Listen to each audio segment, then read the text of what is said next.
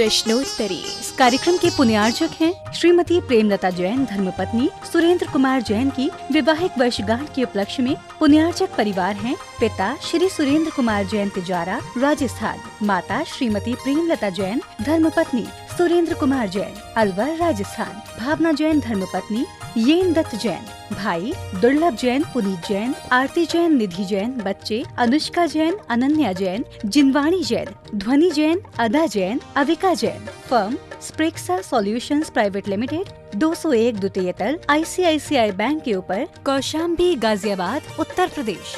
Shri Ghisalal Jain Jhanjhari, advocate Shrimati Kala Devi Jain Jhanjhari, पुत्र एवं पुत्र वधू श्री राजेश जैन झांझरी, अपर जिला न्यायाधीश श्रीमती नीलम जैन झांझरी, पौत्रियां अनुष्का जैन झांझरी, ऐश्वर्या जैन झांझरी, पुत्र एवं दामाद श्रीमती रेखा जैन, श्री दिनेश जैन, दोहिता दिवेश जैन, दोहिती दिशा जैन, पुत्र एवं दामाद श्रीमती रेणु जैन, श्री संदीप जैन, दोहिता ईशान जैन, दोहिती रिया जैन, भीलवाड़ा, राजस्थान।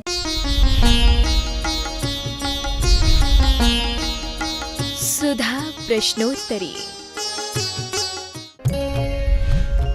नमोस्तु गुरुदेव, जो तापसी साधक पंचाग्नि तप करते हैं, क्या उन्हें कोई फल प्राप्त होगा या नहीं? स्वर्ग आदि को प्राप्त हो जाते। कसाई की मंदता यदि है, नैतिकता उनमें है, दुराचरण आदि नहीं है और बाह्य द्रव्य वृत्ति भी पालते हैं, कभी अकाम निर्जरा करे, भुवन त्रक में शौर्य तन धरे। अकाम निर्जरा कर रहे हैं वो, तो देवादि गति प्राप्त कर लेंगे और क्या। नमोस्तु गुरुदेव, संहनन कितने होते हैं और किस संहनन के माध्यम से मुक्ति को प्राप्त कर सकते हैं? संगनन 6 प्रकार के होते हैं और उनमें जो अंतिम वज्रविषम नाराज संगनन होता है उससे मोक्ष होता है। असम प्राप्त का संगनन होता है, अर्ध कीलित, कीलित, नाराज, अर्ध नाराज, नाराज और वज्रविषम नाराज संगनन। नमोस्तु गुरुदेव, नंदीश्वर द्वीप के प्रत्येक जिन मंदिर में कितने गर्भगृह होते हैं? गर्भगृह के संबंध में ऐसा कोई अलग से वर्णन नहीं मिला। 108 मूर्तियों के संबंध में भी चर्चा है। अब 108 ये तो निश्चित है कि एक गर्भालय में एक सिंहासन पर एक ही मूर्ति होती है। अब वो किस प्रकार की व्यवस्थाएं होंगी, कैसे होंगे, इसका शास्त्रों में भी अलग से खोजने पर गर्भालय का रूप नहीं मिल पा रहा है कि उसको कैसे व्यवस्थित करेंगे। नमोस्तु गुरुदेव, तत्वार्थ सूत्र के अनुसार रूढ़ अर्थ क्या है और इसे आगम सम्मत कैसे माने? विद्यानंद जी महाराज ने श्लोक वार्तिक जो लिखा है पूरे तत्वार्थ सूत्र के ऊपर टीका लिखी। ये बात अलग है कि मंगलाचरण और प्रथम सूत्र के ऊपर उन्होंने बहुत बड़ा व्याख्यान किया। पहला भाग, दूसरा भाग जो है पहले अध्याय पर सबसे ज़्यादा लिखा। बाद के अध्यायों पर जैसे चरणानुयोग के विषय को उन्होंने संक्षेप किया। गंधस्थी महाकाव्य का मंगलाचरण जो हुआ है, जिसे देवागम स्तोत्र कहते हैं, उसके संबंध में कई प्रकार की चर्चाएं आती हैं। लेकिन विद्यानंद जी महाराज ने तो पूरे, लेकिन विशद व्याख्या है। एक छोटे से तत्वार्थ सूत्र के ऊपर कितना प्रमाण, श्लोक प्रमाण टीका लिखी। 7 भाग हैं। मुझे श्लोक वार्तिक पढ़ने में लगभग 5-6 साल लगे। अभी पूरे संघ के लिए लगाया था तो 5-6 साल में पूरा श्लोक वार्तिक लगा पाए। कठिन विषय है, एक एक पन्ना एक एक दिन में मुश्किल से कर सकता है। दार्शनिक विषय है। उन्होंने तत्व को दार्शनिक दृष्टि से देखा। अकलंग स्वामी ने भी दार्शनिक दृष्टि से देखा, लेकिन उस पर भी विशद व्याख्याएं होती गई। तो ये सूत्र जो होते हैं अनंत अर्थ लिए होते। पूज्यवर वीर सेन स्वामी महाराज ने सूत्रों के संबंध में कहा, अनंत अर्थ जिनमें गर्भित हो उसी का नाम सूत्र है। सूत्र का अर्थ होता है मां संकेत। उसकी विशद व्याख्या में कितना अर्थ छुपा है। अब मैंने कहा ना उपयोगो लक्षणम। अब उपयोग की व्याख्या करने बैठ जाओ तो यहाँ उपयोग शब्द क्यों दिया? किस शास्त्र में लिखा है कि ज्ञान दर्शन का नाम उपयोग है? कौन से कोश में लिखा? जितने शब्दकोश हैं, उपयोग शब्द से कभी ज्ञान दर्शन नहीं लिया जाता। लेकिन उपयोग हर जैन दर्शन ने ज्ञान दर्शन लिया है। क्यों लिया? तो यहाँ उपयोग तत्व की दृष्टि में प्रयोग किया है, गुण की दृष्टि में नहीं। आत्मा का गुण उपयोग है, कहीं सुना? आत्मा का गुण उपयोग है। कौन सा गुण है उपयोग? ज्ञान दर्शन है। जब आत्मा के गुणों की बखान करेंगे तो ज्ञान दर्शन है। वहाँ ये नहीं कहेंगे आत्मा का उपयोग गुण है, नहीं कहेंगे। जब लक्षण की बात आई तो उपयोग लक्षण कह दिया। तो इन सब के अर्थ निकालना पड़ेंगे। इन अर्थ के लिए व्यक्ति को स्वयं पूरा आगम का अध्ययन तो करना ही पड़ता है। वे तो महान आचार्य थे, उनके ज्ञान की तो महिमा क्या कहें। रही बात रूढ़ अर्थ जो होते हैं, ये सर्वज्ञ द्वारा ही आरोपित हैं। हम और आप रूढ़ अर्थ नहीं बना सकते। रूढ़ अर्थ हमेशा प्रमाणिक ही होता है, क्योंकि वो रूढ़ अर्थ एक के द्वारा नहीं बनाया जाता, सर्वसम्मति से होता है। किसी महान आत्मा की जब तक उस पर सील न लगे तब तक वो रूढ़ अर्थ नहीं होता। जैसे बेटे का नाम कर दिया अपन ने, मान लीजिए कमजोर है लेकिन उसका नाम रख दिया महावीर। अब महावीर उसका नाम रख दिया तो अब ये रूढ़ अर्थ हो गया, और बिल्कुल ताकत है नहीं बेचारे में। अब महावीर उसका नाम रखा, ये रूढ़ अर्थ हो गया। अब इसको कब प्रमाणिक माना जाएगा? कोई कहेगा ये महावीर हो ही नहीं सकता, इतना कमजोर आदमी। लेकिन कोई प्रमाणिक, उसका मालिक कौन है? उसका मालिक माता पिता है। अब माता पिता ने प्रमाणिक किया, हाँ यही महावीर है। अब कोई व्यक्ति उसको नहीं नकार सकता, सुप्रीम कोर्ट भी नहीं नकार सकता, क्योंकि उस बच्चे का मालिक कौन है? माता पिता। और माता पिता ने प्रमाणित कर दिया, हाँ यही महावीर है, तो ये रूढ़ अर्थ हो गया। तो रूढ़ अर्थ जब भी होता है, एक व्यक्ति किसी को प्रमाणित नहीं कर सकता। जो कोई प्रमाणिक है, जगत मान्य है, सारी दुनिया जिसको मानती है, वो व्यक्ति रूढ़ अर्थ या रूढ़ शब्द का प्रयोग कर सकता है। उसने कह दिया सर्वज्ञ ने कि दिन को रात कहना, अब किसी की मजाल नहीं है कि रात दिन को रात नहीं कहना, कहना क्यों? रूढ़ अर्थ हो गया, संज्ञा। लेकिन संज्ञा रथ्या पुरुष नहीं रख सकते, एरा खेरा नहीं रख सकते। रूढ़ अर्थ एक बहुत वजनदार, जैसे मैंने कहा था, सैनिक लोग जब टुकड़ियां होती हैं, युद्ध पे जाते हैं, तो उनको संकेत दिया जाता है। आज का रूढ़ अर्थ क्या है? पेंसिल। अब सब पूरे टुकड़ी का नाम पेंसिल हो गया। कोई अनजाना व्यक्ति मिलेगा, कौन हो तुम? तो तुरंत क्या? पेंसिल। उसने नाम पूछा तुम कौन हो? तो उसने कहा पेंसिल। समझ लेंगे कि ये मेरे ग्रुप का आदमी है।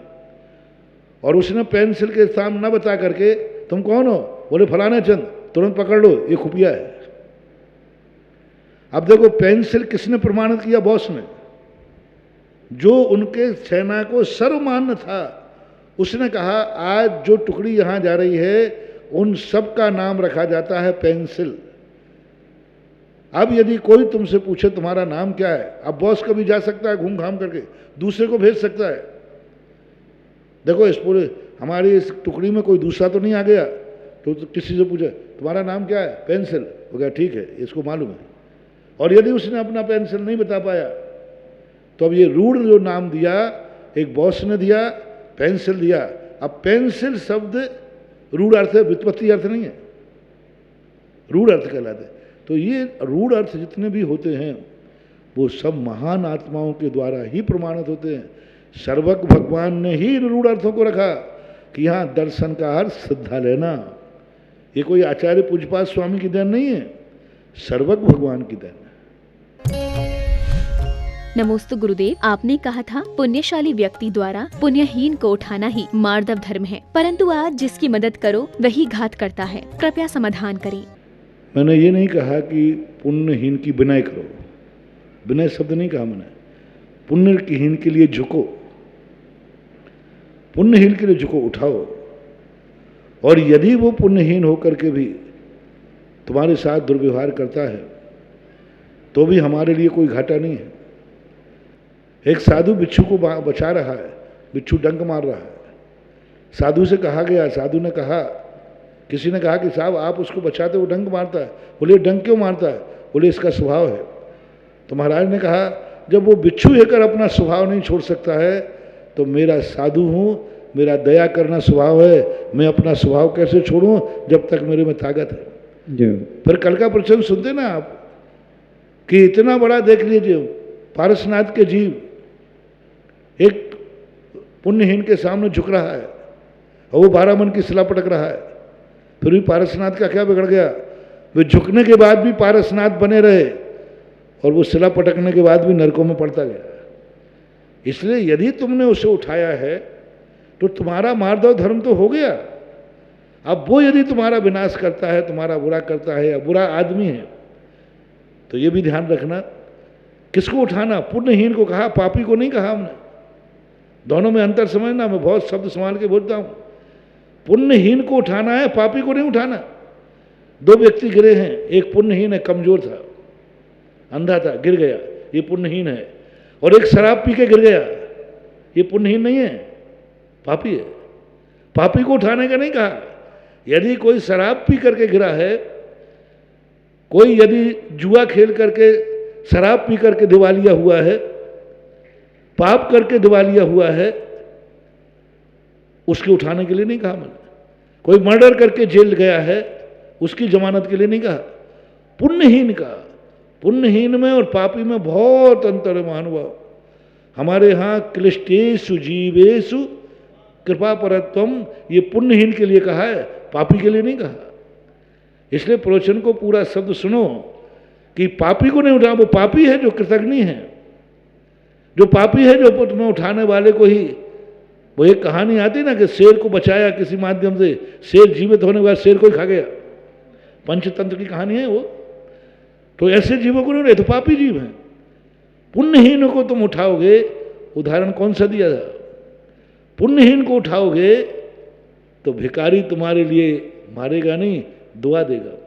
पुण्यहीन को उठाने वाला व्यक्ति, पुण्यहीन कभी उसके लिए पारसनाथ, नाग नागिन पुण्यहीन थे, पारसनाथ पुण्यवान थे। तो बोलो नाग नागिन को उन्होंने पुण्यहीन को बचाया कि पापी को बचाया? पुण्यहीन को बचाया। और पुण्यहीन को बचाने से देखो वो धर्मन पद्मावती बन के आए। इसलिए ऐसा लगाना चाहिए। ऐसे लोग पुण्यहीन नहीं कहलाते जिनका आप नाम ले रहे हैं, ये पापी जीव कहलाते हैं।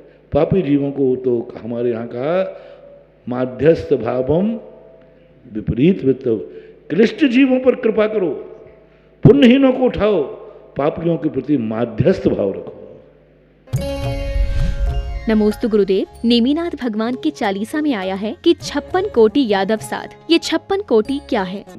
तो कौन सी बड़ी बात है? इतनी तो 56 करोड़ उनकी सेना ही में थे। तो अपने राजा की बारात में सैनिक जाएंगे कि नहीं? खरबनारी थे इनके तो, कितने तो करोड़ों लोग सेना ही थी। देखो उनकी कितनी बड़ी थी, अर्धचक्री थे वो, के परिवार के थे वो। तो बड़े आदमी हैं। उनका यूं कहना चाहिए 1 अरब जनता मान लो आप, यदि राजा के बारात होती और राजा पूरे भारत का राजा है, सम्राट है, तो अब कौन बारात में नहीं जाना चाहे राजा के? तो वो तो बहुत बड़े राजा थे। 56 करोड़ यदि लोग बाराती गए तो कोई बड़ी बात। हम पर करोड़ का 56 करोड़ ही है, और 56 करोड़ यदुवंशी थे। नमोस्तु गुरुदेव। भगवान अनंत जीवों की अनंत पर्यायों को एक साथ बिना क्रम के देखते हैं, तो क्या तीर्थंकरों के भवों का क्रम भी भगवान ने ही बताया है? आदि और अंत नहीं जानते, बीच तो जानते हैं, मध्य तो जानते हैं। एक गोल सर्कल है, एक कोई कड़ा आपको गोल ला के देते हैं। अब इस गोल कड़े के अंदर 10 बिंदी लगा दीजिए। अब इसमें पहली बिंदी कौन सी है? जिसने लगाई नहीं उससे पूछ रहा हूं। बराबर एक आकार के 10 बिंदी गोल में लगा दी, एक रिंग में, चूड़ी में लगा दी 10 बिंदी। और तुमने नहीं लगाई, लगाने वाले से नहीं पूछा हूं। और तुम्हारे सामने इसमें पहली बिंदी कौन सी है? कोई नहीं। आखिरी बिंदी कौन सी है? कोई भी नहीं। लेकिन बिंदी दिख रही है कि नहीं? अब बीच की बिंदी हम कहेंगे इसमें फलानी बिंदी, तो वो देख लेंगे भाई यहां से लेकर यहां के 10 भाव। हम उन बिंदुओं में गिन करके अपने मन से कौन सी बिंदु हमें अपेक्षित है, उस बिंदु को हम 1 मान लेंगे और उसके बाद 10 लिख देंगे। लेकिन जब पूरा सर्कल हम देखेंगे तो हमें वो बिंदु दिखेंगी। चूड़ी दिख रही है कि गोल है, पूरी सिकड़ी देख रहे हैं। भगवान अधूरा नहीं देखते, संपूर्ण देखते हैं। एक गोल चूड़ी के लिए कोई व्यक्ति अपन पूरी चूड़ी देख सकते हैं कि नहीं? पूरी चूड़ी दिख रही है कि नहीं? लेकिन आदि और अंत, आदि अंत नहीं है। जिस प्रकार एक गोल सर्किल का पूरा विज्ञान हो सकता है, पूरा दिख रहा है, लेकिन उसका आदि अंत नहीं दिख रहा है, इसी प्रकार भगवान संपूर्ण सृष्टि को जानते हैं, लेकिन आदि अंत है ही नहीं, तो जाने क्या? वो तो चूड़ी ढली गई है, चूड़ी तो कांच की ढली है, हम आदि अंत कहाँ से निकाल दें? है ही नहीं दुनिया का आदि अंत, अनादि है और अनंत है, आदि शांत नहीं है। इसलिए भगवान ये 10 भव आदि तो ये बीच की पर्याय है, जैसे बीच की कोई बिंदी अपन जान सकते हैं, ऐसा मानना चाहिए। ऐसा अकलंक स्वामी महाराज ने भी राजवार्तिक में लिखा है, भगवान अनंत को संपूर्ण जानते हैं, लेकिन आदि है ही नहीं, अंत है ही नहीं, तो वो जानेंगे क्या? नमोस्तु गुरुदेव। शायिक भाव, शायोपशमिक भाव एवं 9 लब्धियों में गर्भित, दान, लाभ, भोग, उपभोग एवं वीर्य आदि में क्या अंतर है? पहली बात तो है कि ये जो क्षयोपशम रूप होते हैं वे ही आगे छायक बनते हैं, और लब्धियों का जहाँ वर्णन किया उनको क्षयोपशम रूप में लेना, और छायक रूप में भी 9 लब्धियों का प्रयोग आता है। तो लब्धि का अर्थ होता है प्राप्ति, इनको छायक भाव के रूप में प्राप्त करता है उसे छायक लब्धि कहते हैं, क्षयोपशम भाव के रूप में प्राप्त करता है उसे क्षयोपशम लब्धि कहते हैं। तो उनको इन जहाँ दान का क्षयोपशम आवे या छायक आवे और लब्धि आवे, तो इनको लब्धि के 2 रूप, क्षयोपशम लब्धि और छायक लब्धि। यहाँ लब्धि का अर्थ प्राप्ति लेना, यानी क्षयोपशम पने की प्राप्ति, छायक पने की प्राप्ति, ऐसा मानना चाहिए। नमोस्तु गुरुदेव। ऋजुमती ज्ञानधारी मुनि 12वें गुण स्थानवर्ती और विपुलमती ज्ञानधारी मुनि 6ठे गुण स्थानवर्ती हो, तो दोनों में से किसकी विशुद्धि ज्यादा होगी और क्यों? 12वें गुण स्थान वाले की विशुद्धि सर्वश्रेष्ठ है। विपुलमती मना पर ज्ञान वाली यदि 6ठे 7वें गुण स्थान में है, 6ठे में है, तो प्रमादी कहलाएंगे। वो तो यथाख्याचार्य विहार कर रहे हैं, उनको तो मति ज्ञान, मना पर ज्ञान भी नहीं है, अवध ज्ञान भी नहीं है, अष्ट प्रोशन मात्र का भी ज्ञान है, लेकिन वो द्वितीय शुक्ल ध्यान में विराजमान है। उनकी विशुद्धि का तो बहुत पारी पार नहीं। तीर्थंकर भी क्यों ना हो, 63 रिद्धिधारी मुनिराज तीर्थंकर भी क्यों ना हो, जिस समय वो 6ठे गुण स्थान में हैं, और एक मुनिराज जिनको कोई रिद्धियाँ नहीं हैं और वो 12वें गुण स्थान में हैं, तो 12वें गुण स्थान वाले श्रेष्ठतम हैं। तत्वार सूत्र के अंदर इसका एक सूत्र दिया है, सम्यक दृष्टि, वृत्ता, अनंत, वियोजक आदि करके, उसमें ये सारा क्रम दिया हुआ है। नमोस्तु गुरुदेव। क्या संवर देव द्वारा मुनि पार्श्वनाथ पर किए गए उपसर्ग की चर्चा देवलोक में भी हुई थी, और क्या देवों ने दंड व्यवस्था के अंतर्गत इस उपसर्ग के दोषी संवर देव को दंडित किया होगा? नहीं होते, वहाँ कोई दंड की व्यवस्था नहीं होती, वहाँ मानसिक रूप से उसको धिक्कारते हैं।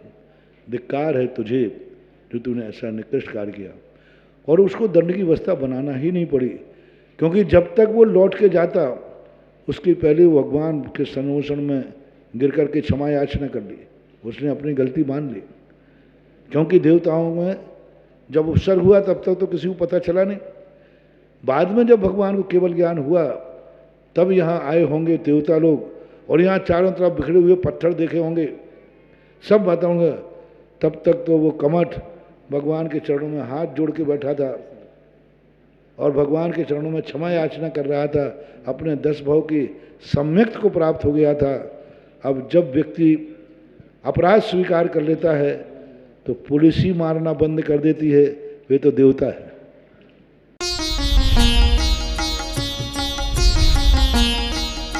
सुधा प्रश्नोत्तरी।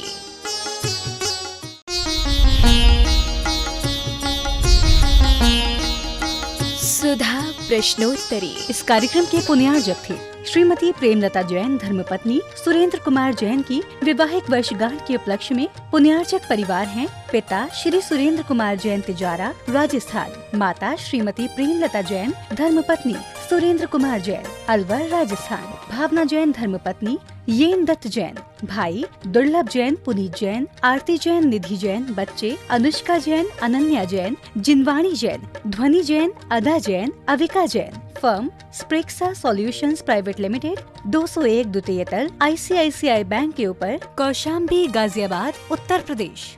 श्री घीसालाल जैन झांझरी, एडवोकेट श्रीमती कला देवी जैन झांझरी।